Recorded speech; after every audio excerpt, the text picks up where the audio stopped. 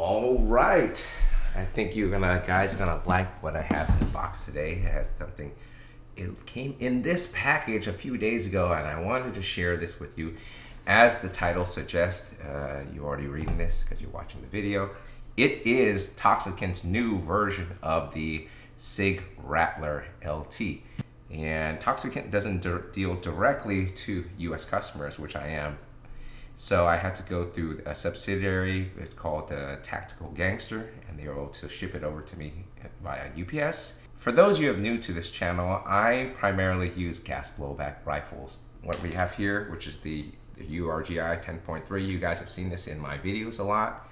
And so the reason why I'm showing this is not just to show you, hey, yeah, cool gun, but this gun, the Rattler, the new version of it, is an MWS based platform, and it carries a lot of similarities. Now the difference from their version of the Toxicant version of the Rattler compared to the MWS version is that because of the way the spear system is designed, there's no buffer tube. So all the action and the motion in terms of the recoil rods and then cycling happens in the receiver. Not quite the same as the MWS platform, but it uses the principles that they use in terms of the nozzle and the trigger pad. But we're going to look at that.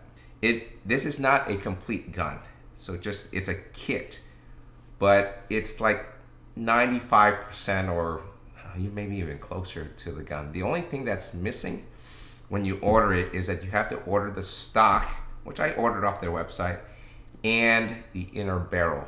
So you open it up, has these two latches here, not too bad, and then you're treated to the innards here. So I ordered the kit with I guess they call it a little bit longer folding stock, and I ordered with the Rattler suppressor. So here we have our Sig grip here, which is nice. I like this grip more than the previous version. The version was like more angled and it had this weird diagonal cut, and I'll show you in the video. This one seems more standard that I'm used to. Your typical pistol grip. Yeah, it kind of that same angle. So that's kind of cool. I like that. So I think I'll wind up sticking with this grip. Yeah, we'll look at this. It looks like your standard MWS chamber here, but it's in black. I plan to, and they give you your own hop-up nub as well. I plan to replace this with the Quantum Friction Pro. I've been using them in all my gas guns, and they work pretty good, so I kind of stick with those. The next bag in this whole package is the suppressor here. You got the logo right there in the front, and so very nice. That's the back end, and the front end has this I guess lug thing designed on the tip of the suppressor to kind of give it that I guess in real steel to minimize flash signature even more so. So inside there is a O-ring. There's two O-rings on the inside actually. Yeah, so there's room for an Ace Tech suppressor. Ace Tech tracer. So I already opened it and I forgot to hit record, but this is the stock that they included in the package. This doesn't come with the kit. I had to order it separately. Connect to the rear of the receiver of the Rattler via Picatinny adjustment right here, connection at the back. So you're able to use different stocks, whatever you want. Here is the kit, all nicely, or at least the receiver, fore end, outer barrel, trigger, and buffer in here. So everything is included with this part. So let's get it open. Yeah, the receiver now. So I'm gonna go to the front right here. Just slowly move it forward and you can see the receiver. Got your rail on the top here, your M-lock front end. I'll do the other side as well. Start from the rear and then work our way back. Okay. So first off, this feels very solid. There's no rattling part, hence. I do notice a lot of trademarks on here, and none of them are scratched up, which is good. Usually, sometimes when you buy things overseas, especially with trades, there's always a sticker or something to hide it from customs or something like that. There's no sticker, no etching of the trademarks. Everything is intact. We have the Sig right here, multi-caliber, right, which it shows right there on the bottom near the magwell, which is nice. Sig logo here with a generic serial number at the bottom, right there. You have the forging where it was forged at. Okay, what else am I seeing here? Anything different, unique? You do have, so this one, unfortunately, but that's the whole thing about the whole Sig stuff. It's supposed to be multi-chambered, so you can do a 300 black or a 5.56. This is barreled. I can see it on the inside. It's going to be hard for you to see. I would have preferred 300 black, but it does say 5.56 NATO on the barrel right here. And I'll take a bigger picture of it later on so you can kind of see that. But no big deal. It's not the end of the world. There is a Sig logo on the gas key right here, I would assume. And that's if on the real steel to change it if you're going, suppressed or unsuppressed. Right there. Here is the flash hider that's supposed to mate with this, with the suppressor here. You can see. Let's see how this goes. I'll do that later. So, okay, very nice. This is ambi mag release, so it has a mag release right here, mag release on this side as well, and ambi bolt catch. It's the first time I've used it in terms of the mag pull ambi bolt release, which kind of goes onto the other side and attaches, but I've never had good success with them on my gas blowback guns because you have to adjust the springs, and honestly I've never quite used it, so we'll see whether it's something I find useful or not. But it's cool that it's there, so you can lock the bolt to the rear using your right index finger right here, so without removing without kind of doing one of these and removing from fire control, right? So that's cool. Has your bolt assist still, and it has the charging handle, which is a very, I would call a minimal charging handle, because the wings on the side right here, as you can see, are much smaller grip than you're used to, that I'm used to at least on a charging handle. All my guns now are using like the Noveski style airborne charging handles right here, the URGI, not Noveski, I'm sorry, the Geiseli. I've been using those and I like them a lot, so I've been switching out. So it's a little bit different from that guy, but I don't know.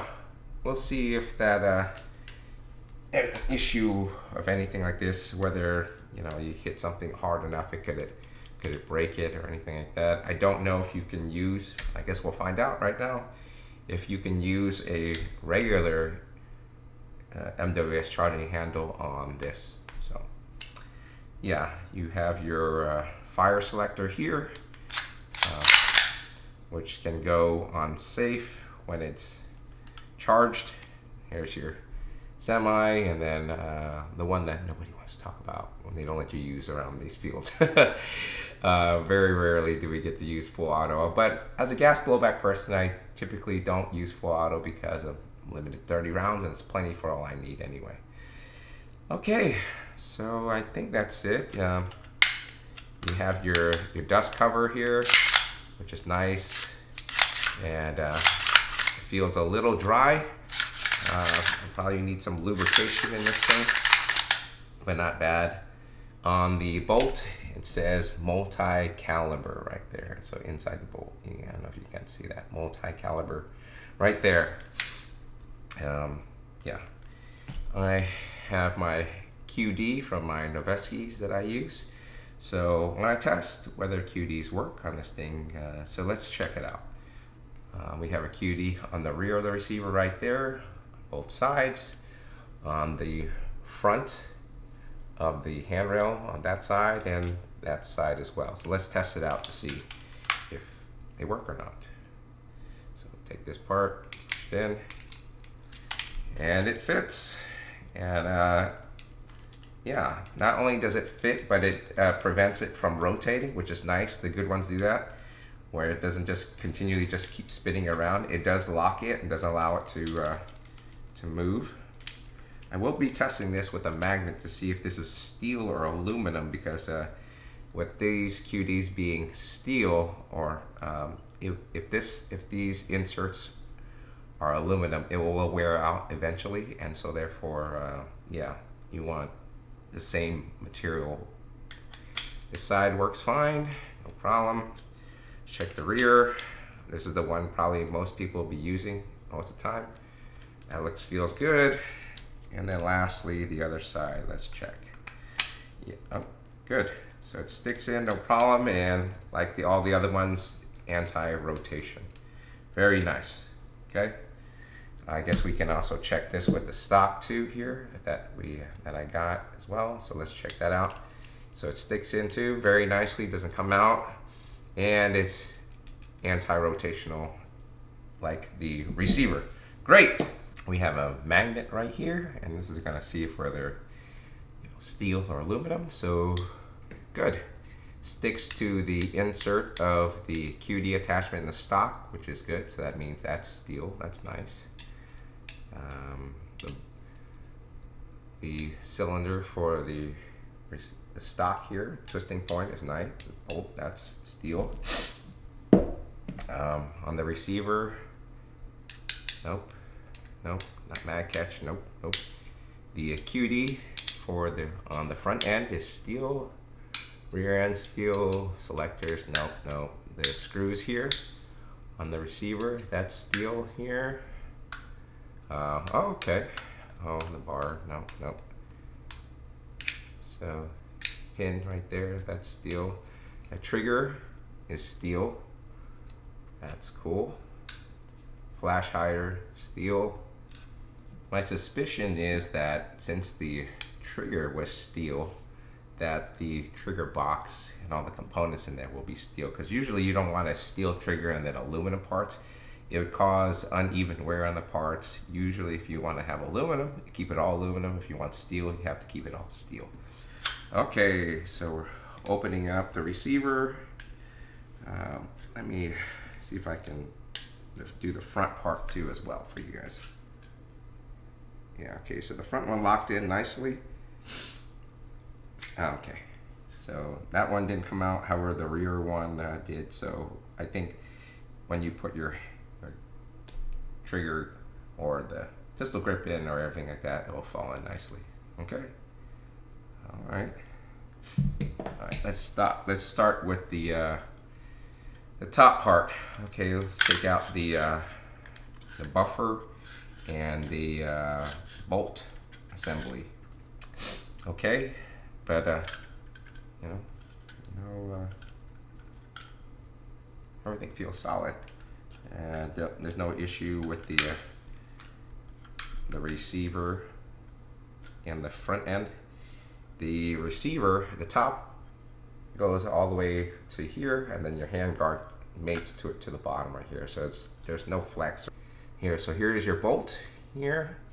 And this is what I was saying, that it was a modified. It's based on the MWS, but it is different because the MWS has a bolt right here.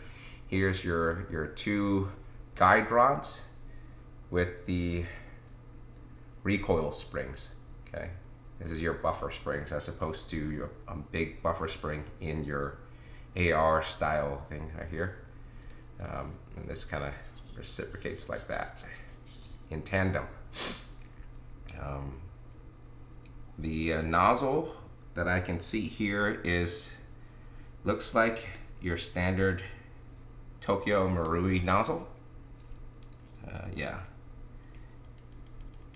so it looks identical. I have a million of these from different manufacturers right here, so it looks your standard Tokyo Marui nozzle right there.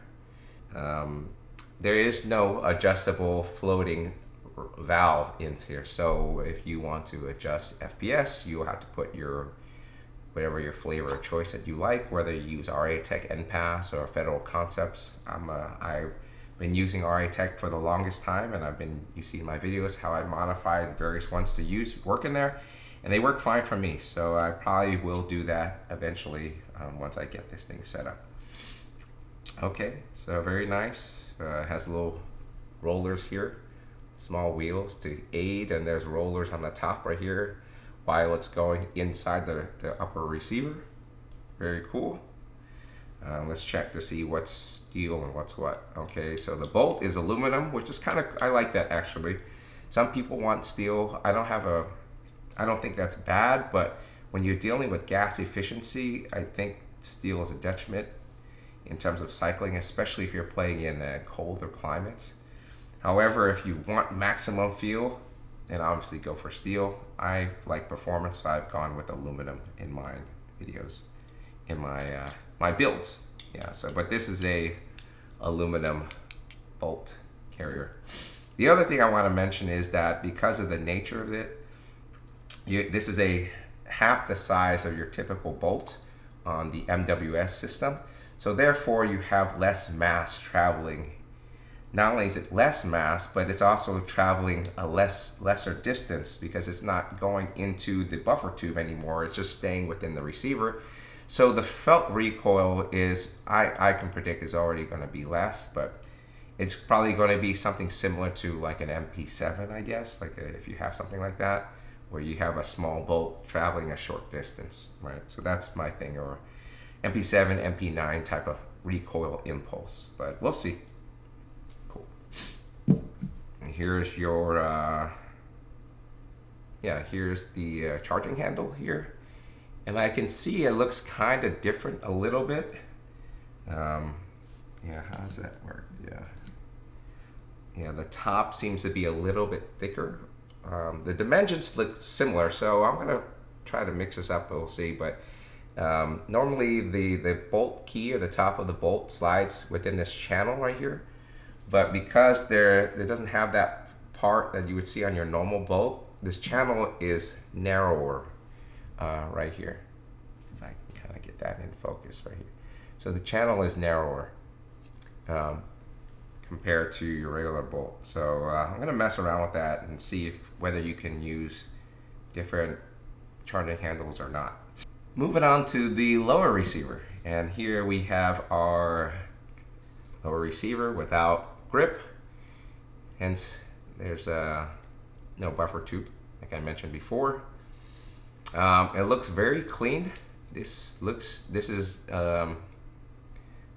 be CNC to me. I have to look on the website to verify it, but it looks very clean in terms of how everything is just cut very well. You have an enlarged mag well right here, so that's kind of cool around the side. The trigger guard is integrated into the lower. It sounds like that. So where's the reset? Okay, right there. Okay. The bolt goes back like that. Here's the reset, and then click. And here, let's see how far of a. All right, not too bad. The trigger feels nice. Yeah, let's try that again. Okay.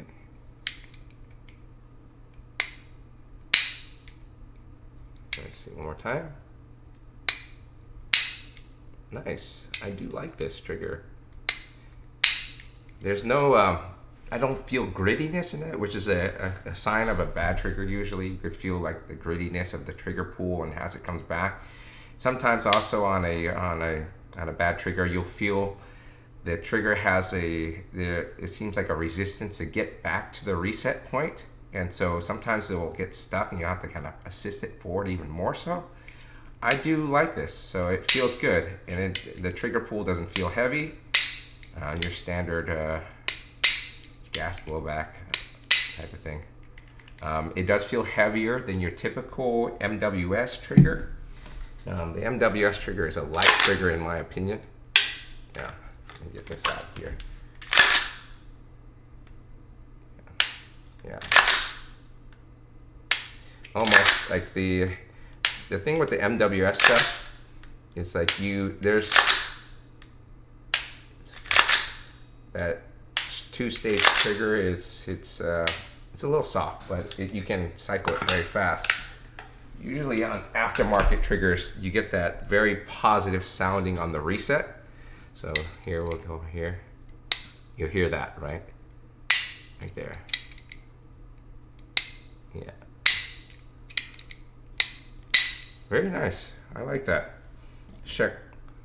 Ooh, very good. So, like I suspected, we got a steel hammer. Let's see. How about this one? Yeah, the valve knocker is steel. So yeah, we got a steel. Here goes your part that allows to how do I call it? Not the mag catch, but causes to lock on empty, right? So here's that piece right here. Right now, the name of it is just escaping my mind right now, but you guys know what I'm talking about. So this is the part that engages the mag, the lifts, and then it catches the bolt when you are empty right here. So that's cool. So yeah.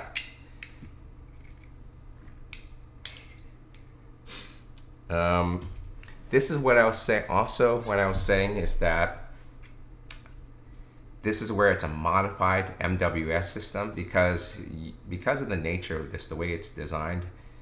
Usually on the MWS, the part that resets the trigger is in the back of the rear. So the hammer goes back and it hits a little part, and then it goes, and then it allows the trigger to reset.